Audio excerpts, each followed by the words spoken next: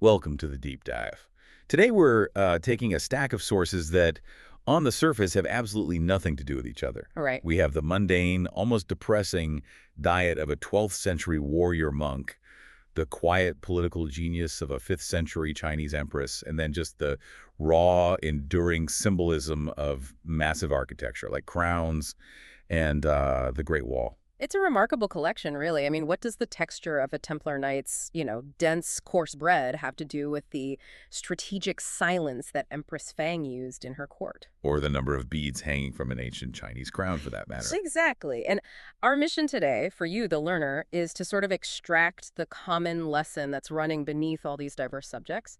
We are diving deep into how institutions and individuals use structure, severe restraint, and the calculated absence of comfort to achieve total control and, critically, endurance. So we're looking at power that isn't just, declared by a king or won in a battlefield. This is power that is engineered. It's built right into daily life, into political systems, and even into the landscape itself. Yeah. We want to understand why these effective, long-lasting systems so often seem to require the methodical removal of choice and even joy to get to that peak efficiency. That's the core of it. The theme is really the necessity of making power visible and internalized, no matter the scale. Okay. So whether that visibility is, say, physical discipline, like a monotonous Templar routine. Or political stability, like Empress Fang insisting on bureaucratic procedure. Right. Or the pure, just undeniable symbolism of a crown or a massive wall. The logic is, is beautifully simple, even if it's brutally applied. If you control the smallest unit of behavior, the meal, the conversation, the simple sight of the emperor, you control the entire organization. And we're starting at the most granular, personal level of control. The plate. Right, the plate. Let's unpack this. Our sources, and they're really detailing the rule of the Templars, make it abundantly clear that feeding a Templar was not dining. No. It was, they define it as a logistical procedure performed purely to prevent collapse. So think less medieval banquet and more like a human maintenance window. Right. The goal was ruthlessly simple. Keep the knight alive, keep him upright, and make sure he's capable of wearing an unreasonable amount of metal without passing out. That phrase, logistical procedure, that's so key. The entire system was built on the deliberate and methodical removal of pleasure. And choice. And choice. Pleasure, in the eyes of the Templar Order, it was just inherently suspicious because it invited individualism. Well, it leads to smiling, which can lead to unauthorized discussions, which could eventually lead to, the ultimate organizational sin, asking questions. And disobedience. And disobedience. The safest path for the order was just to make sure every knight consumed something bland, predictable, nodded internally, and then went right back to duty or prayer. It's like they successfully merge the least fun parts of monastic life. That severe discipline, mandatory silence, that deep mistrust of any enjoyment, with the most physically and mentally exhausting parts of constant warfare. And the result is that their meals just existed in this very narrow emotional zone, feeling enough to function, repetitive enough to be boring, and spiritually humbling enough to remind them they were failures. We find that if the food could, by any stretch of the imagination, be described as interesting, Someone made a mistake. right, someone in the supply chain or the kitchen had already made a severe mistake. And this atmosphere of, anti-indulgence, it was enforced physically, structurally, inside the dining hall itself. So if you're picturing knights sitting around a long table laughing and Tim, telling stories. That's not it. That image is just historically inaccurate for the Templars. Their dining hall, the refectory, was a place of profound silence. You had to be quiet enough to hear the sound of that hard, daily bread breaking. It was a place where individual personality was just suppressed. That enforced silence was mandatory, and the sources show the extraordinary lengths they went to maintain it.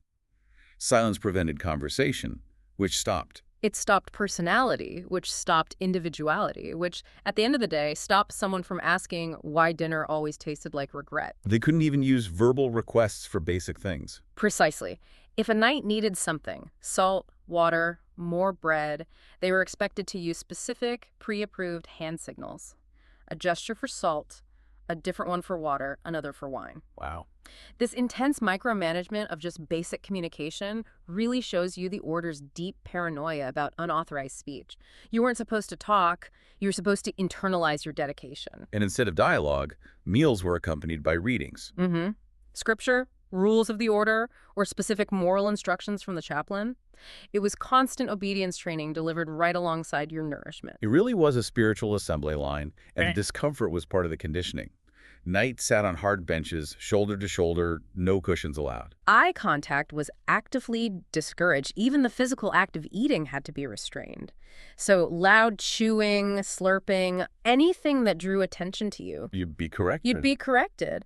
It ensured the safest way to eat was slow, careful, and as quiet as possible. Your mind was supposed to be focused away from the sensation of eating and toward discipline. And if the Templar diet had a single foundational element, the true hero of this whole endurance story, it was the bread. Oh, the bread. We're not talking about airy loaves. Yeah. We're talking about relentless, dependable, deliberately joyless bread. It was the foundation upon which every meal, every single day, and, arguably every Templar jaw was built. This was dense, dark, coarse bread, often made from cheaper grains like barley. It was designed to resist being eaten. It required commitment just to chew. It sounds like bread with a grudge. Yeah. What's fascinating is the waste management component that was built into this. Yeah. The sources highlight that stale, rock-hard bread wasn't a failure of the kitchen. It was an expected outcome. Right. In fact, if the bread reached a stage where it could, reasonably be used to repair a section of the wall, and apparently some of it did, You were still expected to eat it. you're still expected to eat it probably by soaking it in broth or soup. Waste was sinful, and a little bit of hunger was instructional. And the functional purpose of this bread was everything. It stored well, it traveled well on campaign, and most importantly, it reinforced discipline because it was the same every single day. That predictability was the system working. If a knight started longing for variety, for something a little softer with this flavor, that was immediately defined as your spiritual problem, not the bread's deficiency. The bread was a tool. It was a reliable, dense sponge designed to soak up liquids and make thin sustenance feel substantial. And it was consumed then with the deep spiritual understanding that its role was not to make you happy. This rigid attitude extended to protein, which was handled like a controlled substance. Absolutely. Templar Knights did eat meat they had to for fighting, but it wasn't a daily indulgence. The rule specifically limited red meat to 3 days a week. Usually Sunday, Tuesday, and Thursday. Right. And they'd strictly avoid meat on Fridays for piety, and usually on Wednesdays as well. And when the meat did arrive, usually tough cuts of beef or mutton, it was stripped of all drama. It was almost universally boiled or stewed, never aggressively seasoned, never roasted or fried. Boiling had a dual purpose. It softened the tough cuts, and more importantly, it eliminated anything that resembled indulgence or deep flavor. So boiling ensured the meat tasted only like nourishment with no emotional attachment. Exactly. They weren't aiming for flavor complexity, they were aiming for functional complexity. The order viewed too much meat as actually dangerous because it led to excess energy, restlessness, and maybe thoughts like, why does life involve so much boiled food? So the safest amount was just enough protein to keep the machine running without inviting any comfort. And an important part of this, reinforcing that obedience to the group, was the strict equality principle during meals. Rank didn't get you more food. Rank did not get you more food. A knight of the order did not receive a larger or a better portion of meat than a sergeant or a serving brother. This removed a major potential source of resentment and reinforced the idea that bravery on the battlefield earned you responsibility, not rewards. Not a better meal, certainly. And just when a knight might start to get used to the 3 boiled meat days, the religious calendar would intervene with fish days. Ah, the fish days. And these were frequent every Friday, all through Lent, other religious holidays, and the meat vanished completely. And fish days were less a meal and more a rigorous test of your obedience. Well, yeah, this was rarely fresh fish. It was almost always salted, heavily dried or smoked. So you're thinking salted cod or herrings. It preserved well, which was a logistical necessity, but it tasted exactly like what it was. Fish that had been aggressively introduced to salt and then left alone. No one was celebrating these meals. No one was celebrating, and complaining was absolutely forbidden. You ate it because the rules and the needs of the order demanded it. And then you had the vegetables, the unsung, utterly flavorless laborers, quietly holding the whole system together. Right. Onions, leeks, cabbage, lentils, peas. They were selected not for their vibrant flavor, but because they grew easily, stored well, and critically did not encourage any kind of emotional attachment. They are permitted to being boiled until, as the sources suggest, all individuality was removed. The moral purpose behind all this was so potent. Plain, earthbound food reinforced the deeply held belief that pleasure was optional, but restraint was virtuous and necessary for spiritual warfare. So if the knight wasn't excited by the food, if it offered no emotional distraction, Mission accomplished. mission accomplished, quite literally. And all ingredients, all culinary roads, they eventually led to soup or stew. Soup was the Templars' great, quiet culinary achievement because it was the most efficient and obedient form of food. It solved problems quietly and stretched resources. Brilliantly.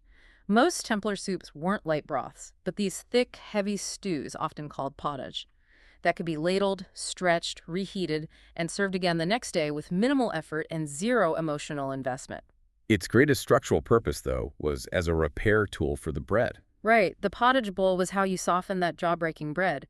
You'd let it soak up the liquid until it became chewable again. And once ingredients, lentils, beans, onions, those little bits of boiled meat entered the pot, all individuality just ceased to exist. Everything became stew. It's a perfect metaphor for the knight himself, just subsumed into the order. So if you're wondering if a hungry Templar after a long day of fighting could just help himself to more food, The institutional response was a very firm, structural no. portion control was ironclad policy. The knight didn't eat until he was pleasantly full. He ate until he was no longer distracted by hunger. Fullness was suspicious. It led to lethargy and comfort.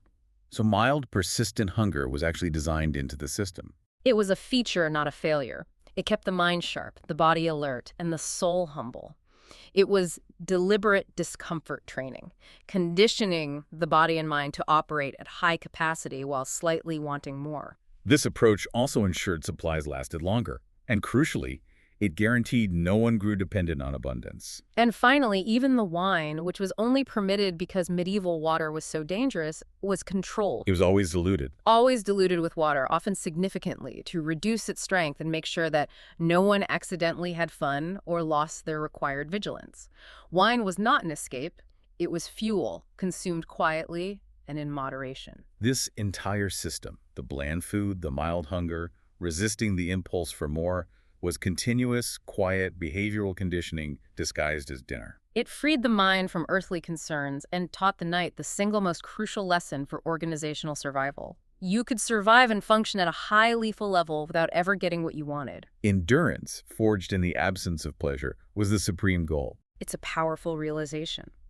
The Templar Order was built on that quiet acceptance that physical and emotional discomfort was the foundation of resilience. But while they mastered internal restraint to create these resilient warriors, we need to see how a single woman, lacking military might or divine right in her own name, mastered political restraint to control an entire dynasty. Here's where we pivot across the globe and several centuries to the Northern Wei dynasty in 5th century China and the remarkable story of Empress Fang. Empress Fang, or Empress Dowager Fang as she is also known, is just a masterclass in control through system, not spectacle. Her personal story is crucial here. She didn't enter history through triumph. She entered it through devastating loss. Her family was destroyed by political purges, and she was brought into the imperial household as a consort.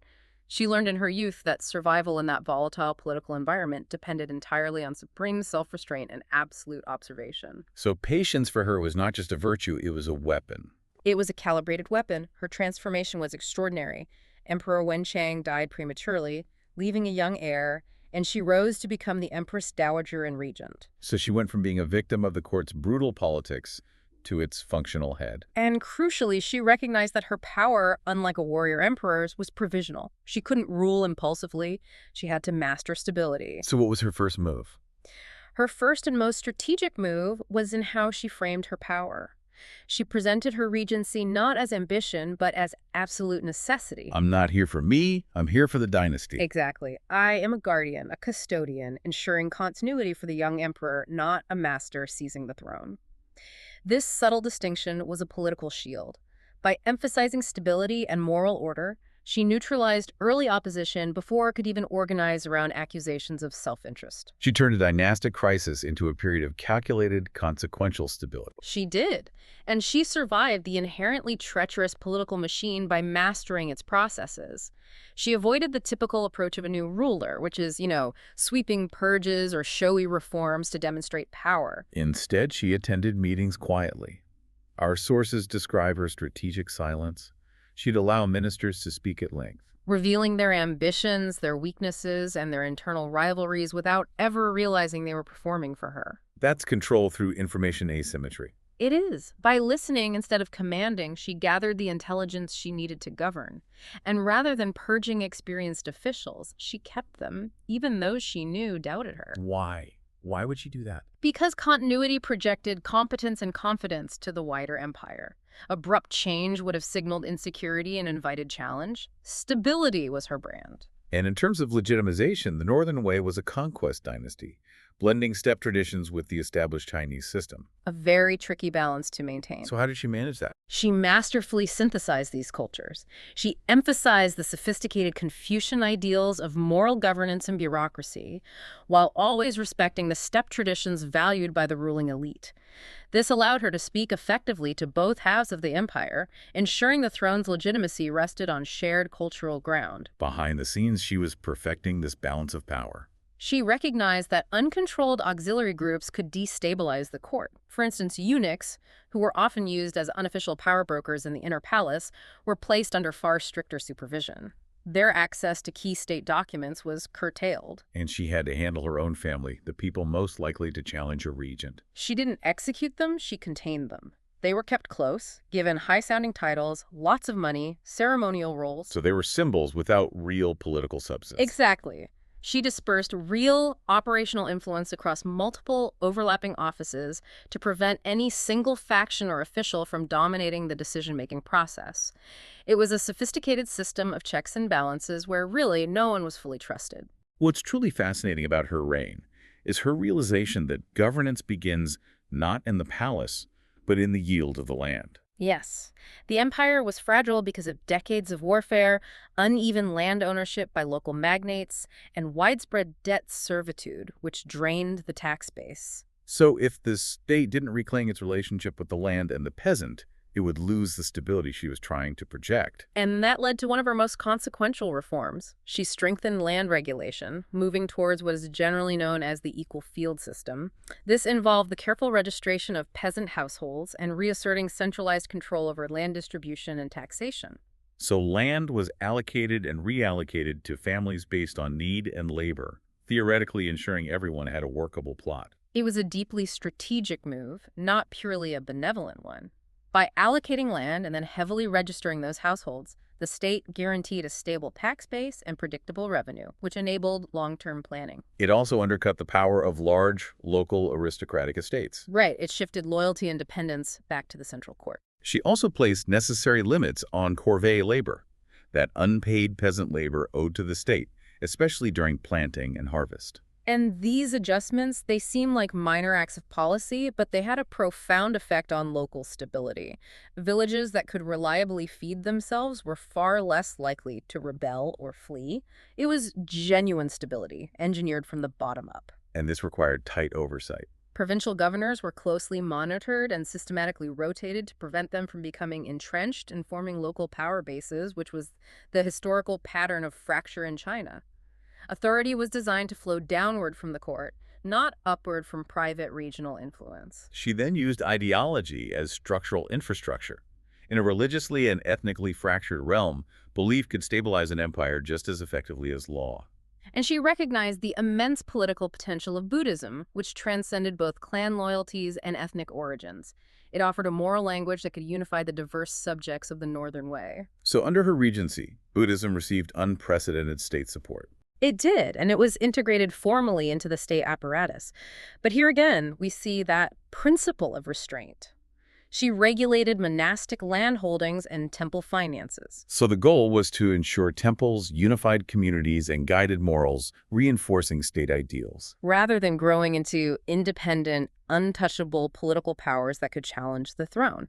And critically, she used Buddhism to legitimize her own female authority in a patriarchal society. She actively associated her regency with Buddhist ideals of virtue, compassion, and moral guardianship, reframing her power as righteous stewardship on behalf of the young emperor and the state. This made critics, who might have accused her of personal ambition, far less effective. Because she was merely upholding cosmic and moral order. Her internal management of the political process was incredibly meticulous. She insisted, almost religiously, on written memorials, documented procedures, and recorded outcomes for all major policy decisions. So she's systematically shifting power away from personal charisma and backroom deals. Yes, toward bureaucratic process and documented precedent. This built institutional memory and made individual conspiracies harder to organize. When everyone knew their specific documented role, deviation started out instantly. And her management of the end of her power was arguably her final masterful performance and restraint. She knew that releasing power too abruptly could invite chaos, undoing everything she had engineered. So the education of the young emperor was carefully structured. Tutors were selected for competence and loyal temperament, not for ambition. Right. She avoided isolating the young emperor, which could have bred resentment, but she ruthlessly controlled access to him, filtering out courtiers who sought to gain influence. And as the emperor matured, she slowly, gradually reduced her visible public presence. Edicts increasingly bore his authority, allowing the entire official class to adjust to the transition without panic. There was no sudden dramatic moment of transfer. By the time she eventually stepped back, the court was already revolving around the bureaucratic habits and systems she had embedded, not around her personal charisma. Her quiet departure was her final success. The empire did not celebrate, nor did it collapse. Her legacy wasn't in statues or military campaigns, but in the ingrained habits, the expectations of procedural governance, and the structural restraint she built into the Northern Wei bureaucracy. She ruled without claiming the full imperial title in her own name. And that brings us perfectly to our next subject. Empress Fang controlled governance through systems. Now, let's look at how other rulers controlled perception and justified their authority through symbolic objects, specifically crowns. Right. We're moving now from the invisible power of procedure to the intensely visible power of appearance. Crowns, diadems, elaborate headgear, they were never just decoration. They existed to solve a core political problem. In a massive, largely illiterate society, how do you make an abstract idea like divine right or moral mandate instantly recognizable and, well, non-negotiable? The crown became that perfect tool of governance. It translated invisible, complex ideas into a single visible form. It sat on the head, the highest point of the body, visually elevating the ruler closer to the heavens, part political figure, part sacred conduit. And every crown made a specific, culturally codified claim about the nature of the power it represented. Exactly. Let's start with ancient Egypt. The pharaoh's headwear was a declaration of order. The specific double crown, fusing the white crown of Upper Egypt and the red crown of Lower Egypt, wasn't just a symbol of political unity. It was a physical proclamation that the pharaoh maintained Ma'at. Yes, Ma'at, the concept of cosmic order, justice, and truth. If the pharaoh failed to wear the double crown, or if the crowns were shown separately, it signaled that this essential balance between chaos and order had been violated. So to wear it was to declare that the cosmos demanded Egypt be whole and ordered. Exactly. The crown visually elevated the pharaoh as a living conduit to the divine, responsible for ensuring the Nile flooded and the sun rose. Okay, so if we shift east, we look at Persia. Persian royal headgear, the tiaras and diadems, emphasize scale and total supremacy over incredible diversity. They tended to be heavy and structured, signaling permanence. The core message was that rule was granted by the supreme god Ahura Mazda, but exercised globally through law and tolerance over many different peoples. So the Persian crown functioned as a mobile throne. A mobile throne signifying an authority that was portable and extended over vast, disparate lands. It represented a universal jurisdiction bound by sacred law, not local divinity. Now we cross into the Western classical world, and the meaning radically shifts. In Greece, there was this deep-seated suspicion of permanent monarchy. A very deep suspicion. As a result, the crowns were often wreaths, laurel, olive, or ivy. These were awarded for momentary, verifiable excellence in battle, sports, or poetry. So the impermanence, emphasized by using organic, perishable materials, was the entire point. It was the entire point. It stated plainly that no human was meant to hold perpetual power over others. The wreath affirmed the ruler's responsibility to uphold the law and confirmed temporary merit, not dominance above the legal system. And that deep suspicion was intensified and formalized in Rome. Roman political culture famously despised the idea of kingship. Rex was a slur. It was, and because of that, a crown wasn't a symbol of legitimacy, it was a political accusation. Our sources highlight that early leaders, especially after the Republic fell, actively avoided them. Like Julius Caesar's staged public refusal of the diadem offered by Mark Antony. That act was necessary to quell popular fears that Rome was sliding back into a hated monarchy. In that specific context, wearing a permanent crown didn't make a Roman leader stronger. It made him politically vulnerable. So the absence of the traditional crown was in itself a powerful form of political communication. Absolutely. Now let's jump back to China for maybe the most fascinating example of a crown designed specifically for physical restraint. The Miangwen. The miangwen, the ceremonial crown worn by the emperor during important rituals. It was heavy, highly structured, and featured these distinctive hanging beads, typically 12 strands of jade beads, dangling from the front and the back. So this was physical engineering for moral governance. The strands in the front were specifically designed to partially obscure the emperor's face in vision. Reminding him to avoid improper sights and temptations. And the strands hanging at the back warned him against careless or hasty speech because he knew he was visible from all angles. Wait, so they literally designed the crown to block the emperor's view and limit his senses? They did. That is incredible. It wasn't just symbolic restraint. It was physical engineering to enforce discipline. It bound the emperor to moral order. The message was clear.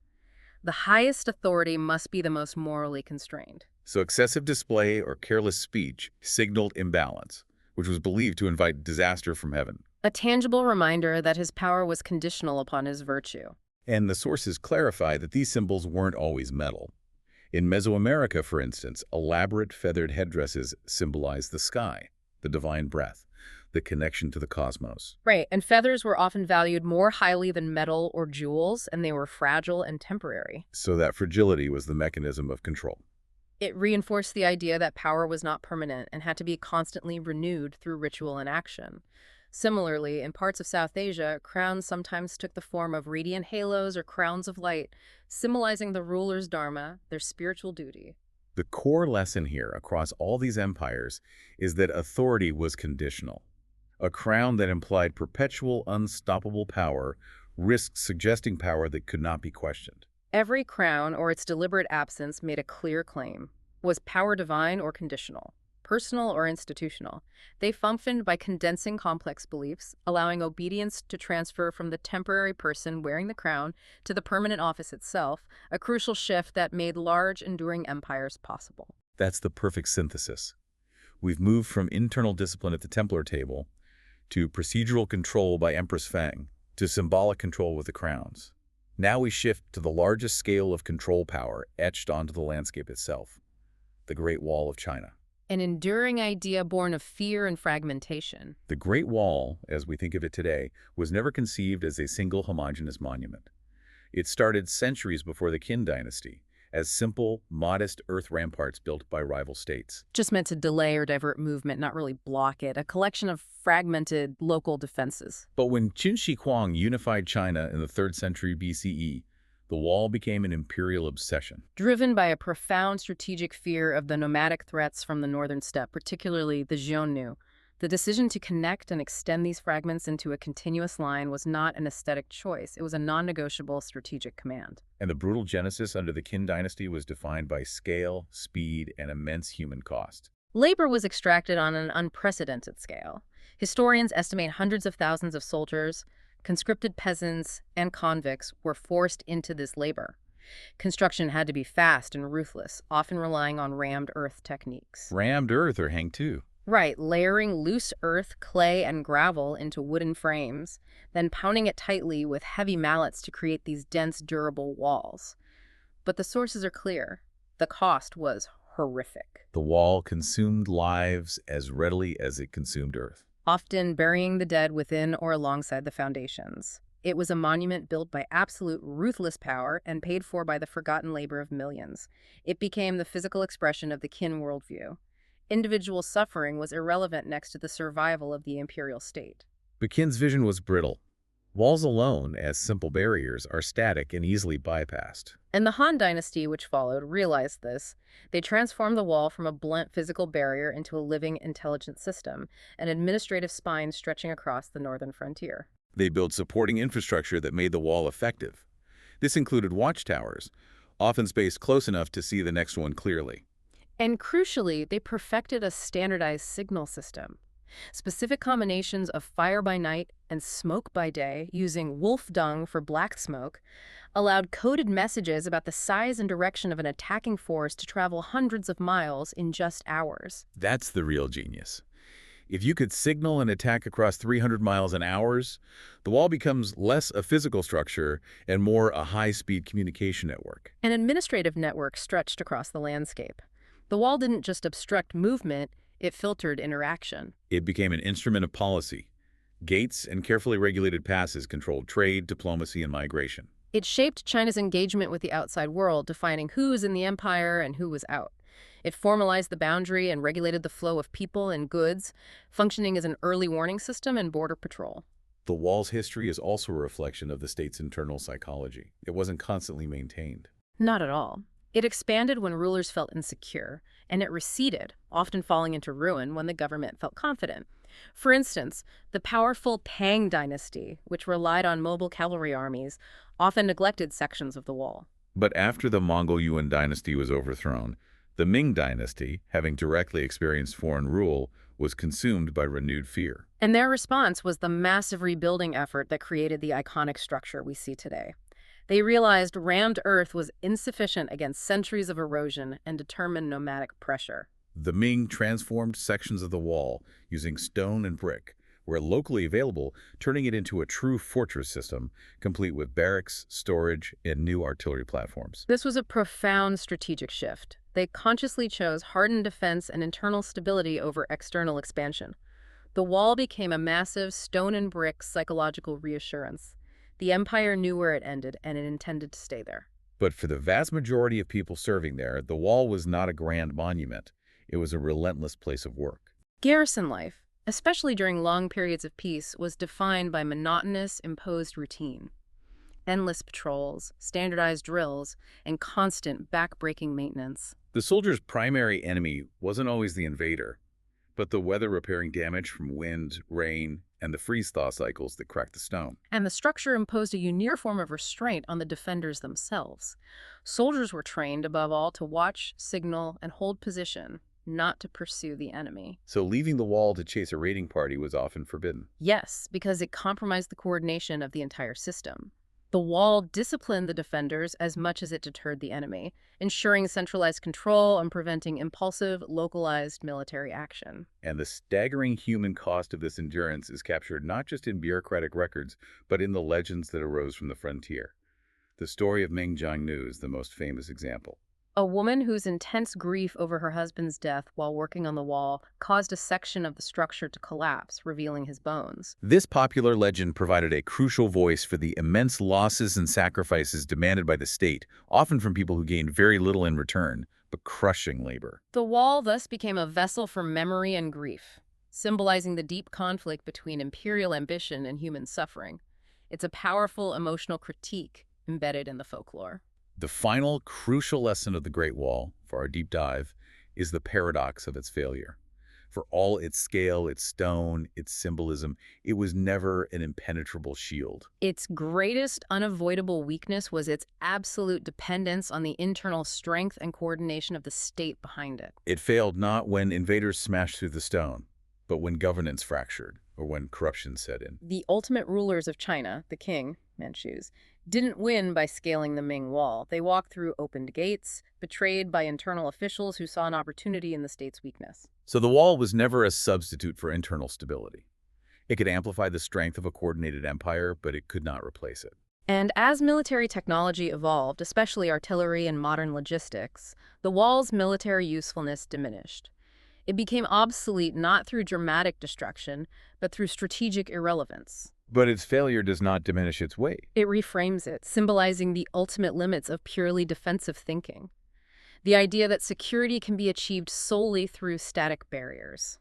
The Great Wall endures today as a monumental record of how long an empire tried to impose its will on geography, marking centuries of ambition, political restraint, and human limitation. So what does this all mean? We've covered everything from boiled lentils and hand signals in a silent refectory, to Empress Fang's quiet bureaucratic engineering, to a crown that limits the wearer's sight, and a massive wall designed to organize millions of lives. The overarching idea synthesizing all our sources is this. Structures, whether they are internal discipline like the Templar diet, political process like Empress Fang's systems, or physical boundaries like crowns in the wall, are fundamentally about managing expectations and imposing restraint. They are designed to remove variability and choice from the system. Exactly. Power is not an inherent trait, it is inherently fragile, and it requires constant, often dull, maintenance through routine, repetition, and the absolute rejection of unnecessary comfort or indulgence. The Templars proved that an organization could function at a high, resilient level precisely because they were accustomed to restraint and low expectations of comfort. Mm-hmm. And Empress Fang proved that profound political stability could be engineered without spectacle by shifting reliance from charismatic, unpredictable individuals to predictable, repeatable bureaucratic habits. And the Great Wall proved that structure preserves a record of effort, a physical embodiment of centuries of fear and political will, even if it ultimately fails to provide eternal, static security. The endurance is in the structure itself and the memory it carries. This is the core nugget for you to take away. The lessons of the Templar table and the Northern Way Court are identical. If you manage the small, dull moments of restriction and routine, if you become comfortable with the absence of choice, you gain the resilience and endurance needed to weather the large, unexpected crises that require maximum output. That brings us to our final provocative thought for you, the learner. Consider how modern life uses subtle, often boring structures. From highly controlled work environments that mandate specific processes, to your personal screen time algorithms, to the carefully structured expectations of social interaction, to shape your expectations and your behavior. Right. In a world increasingly obsessed with maximizing comfort and instant gratification, what small, boring routine of restraint might you consciously introduce? What self-imposed limitation could make you more resilient? Something to mull or explore on your own. Think about what you accept without questioning and what quiet freedoms you surrender in the name of efficiency or comfort. It's often those small internal acts of denial that create the greatest capacity for long-term endurance. Thank you for joining us on this deep dive into systems of control. We'll see you next time.